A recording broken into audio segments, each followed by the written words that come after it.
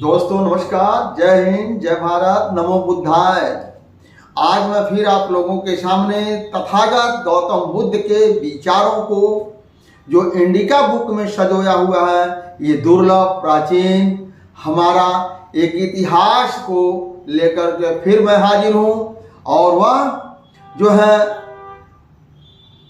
टिप्पणी जैसे गुरु नानक देव, कबीरदास, ऐसे महान जो संत हुए, उनको ये सब लोग तथागत गौतम बुद्ध को मानते थे और तथागत गौतम बुद्ध के मानने वाले विचारों को इंडिका बुक में ये देखिए, ये भारत का प्राचीन और दुर्लभ इतिहास है। जिसे मैगस्थनीज ने लिखा है, अपनी आंखों देखा हाल से लिखा है, जो उन्होंने देखा वह लिखा। तो इन विचारों के साथ मैं आप लोगों के सामने आज हाजिर हूं।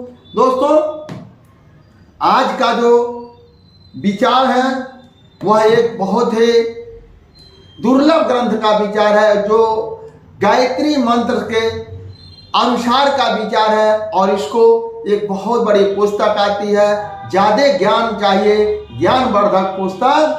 वो क्या है? बालू सुरेंद्र अज्ञात की लिखी हुई पुस्तक एक बालू है। आने वाला समय उसको भी मैं लेकर के आऊंगा। यह एक सच्चाई है कि बुद्ध से लेकर के, यह एक सच्चाई है तथागत गौतम बुद्ध से लेकर के गुरु नानक तक कोई भी संत ऐसा नहीं हुआ जिसने वेद को धार्मिक पुस्तक माना। दोस्तों, क्या है? बुद्ध से लेकर के गुरु नानक तक, कबीर तक कोई भी संत ऐसा नहीं हुआ जो वेदों को धार्मिक पुस्तक माना। उन लोगों ने वेदों को धार्मिक पुस्तक नहीं माना। ये सुरेंद्र अज्ञात का लिखा हुआ एक किताब में मिलेगा। उन्होंने क्यों नहीं माना, ये बात मैं आप लोगों को बताने के लिए आज मैं आया हूं। आइए इस तथ्य का आधुनिक काल तक लेकर के आए तो पेरियार स्वामी नायकर, आप लोग जानते होंगे, दक्षिण भारत में जो पैदा हुए पेरियार स्वामी नायकर, जो कभी गांधी जी के दोस्त हुआ करते थे। और वह जो है किस विचारों के थे, आप लोग भली भांत को आप लोग जानते होंगे। पेरियार स्वामी नायकर महान ज्योतिबा फुले, राहुल संस्कृत्यान, आनंद कौशल्यान, आज किसी भी संत या किसी भी विचारक ने वेद के गायत्री मंत्र को प्रज्ञा से कोई संबंध स्वीकार नहीं किया है। ऐसा कभी नहीं हुआ है जिसे हमें और आपको बताया जाता है कि यह सब कुछ है, और उन्होंने बताया ये कुछ भी नहीं है। ऐसी बेतुकी बातों को प्रचार प्रसार करने वाले कौन हैं? सर्वपल्ली।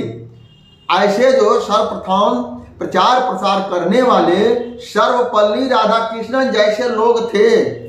इन लोगों ने जोर शोर से गायत्री मंत्र का प्रचार प्रसार उन्होंने चालू किया। ये मैं नहीं कह रहा हूं, ये पुस्तक बालू और इंडिका बुक कह रही है।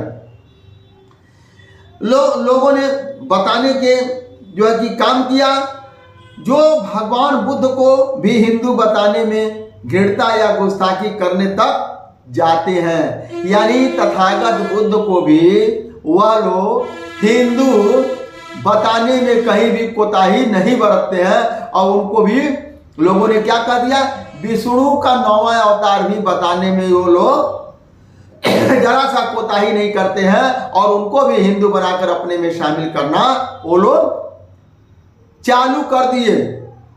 तो क्या हुआ, बुद्ध को भी हिंदू बताने में कोई गुस्ताखी नहीं किया। शान बैक एक लेखक थे, शान बैक ऐसे धूर्त लोगों को झांसे में आकर ऐसी बातें वो भी करने लगे। शान बैक जो थे वो भी इन लोगों की झूठी बातों में आकर के ये लोग करने लगे। अब मैं आपको बता दूं, जैसे मैंने बताया राहुल संस्कृत्यान की बहुत सारी बुक मिलेगी जिसमें तथागत गौतम बुद्ध के विचारों की बात है। और राहुल संस्कृत्यान कहाँ के थे? आपके गोरखपुर मालावे के थे। और वो जब बाहर से गए बुद्ध के बारे में सोचने और समझने की जो बाहर किताबें थी उन्होंने खच्चर पर लाद करके, खच्चर कहिए, घोड़ा कहिए, गधा कहिए, लोग अपने मतों में कहते हैं, कोई खच्चर कहता है, कोई घोड़ा कहता है, कोई गधा कहता है, और पुस्तक को लाद करके वो ले करके भारत आ रहे थे। लेकिन बीच में वो पकड़े गए, कोई भी पुस्तक को ला नहीं पाए। तो राहुल संस्कृत्यान का एक बहुत बड़ा लेख है जो आज लोग नहीं जानते हैं, नहीं पढ़ते हैं। आप लोग भी राहुल संस्कृत्यान को पढ़िए और जानिए।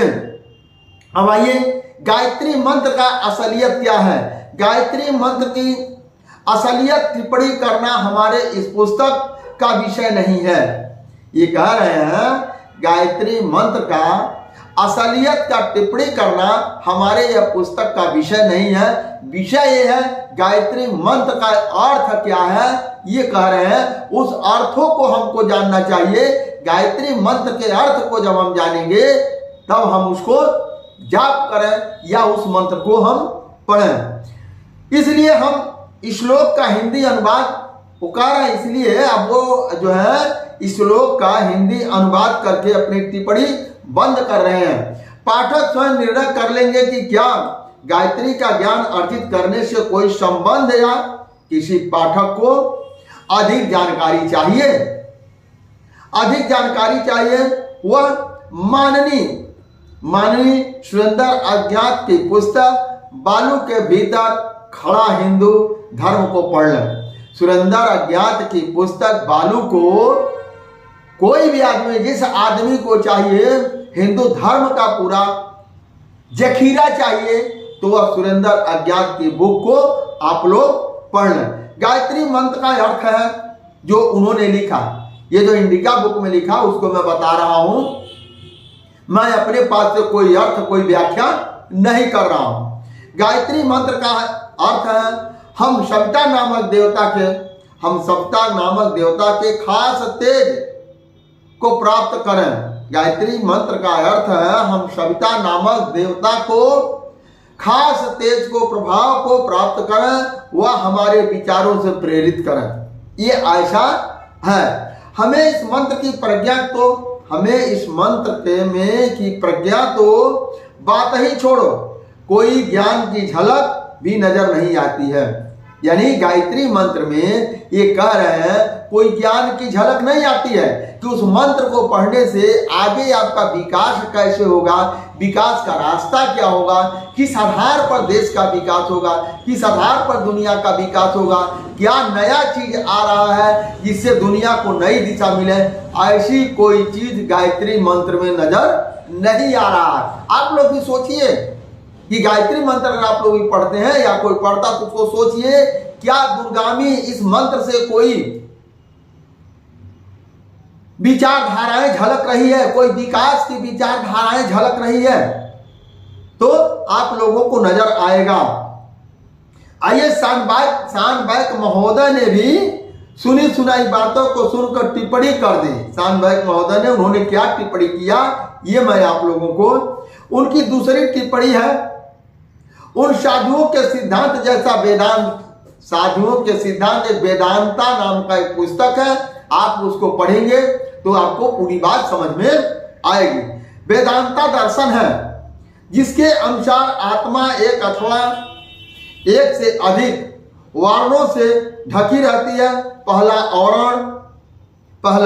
आवरण ज्ञान का है जो हमें ज्ञानेंद्रियों से मिलता है। दूसरा आवरण मानसिक है जिसने उन पुरानी घटनाओं तथा जुड़ा जड़ से मिलता है और जुड़ा रहता है। तथा तीसरी आवरण शरीर, अंग तथा अन्य मुख्य शाक्य है। इसे मूलभूत आवरण भी कहते हैं। ये क्या है? ये हमारी शरीर का सारे विचारों को वो दर्शाते हैं। दोस्तों, ये रहा आज का हमारा विचार।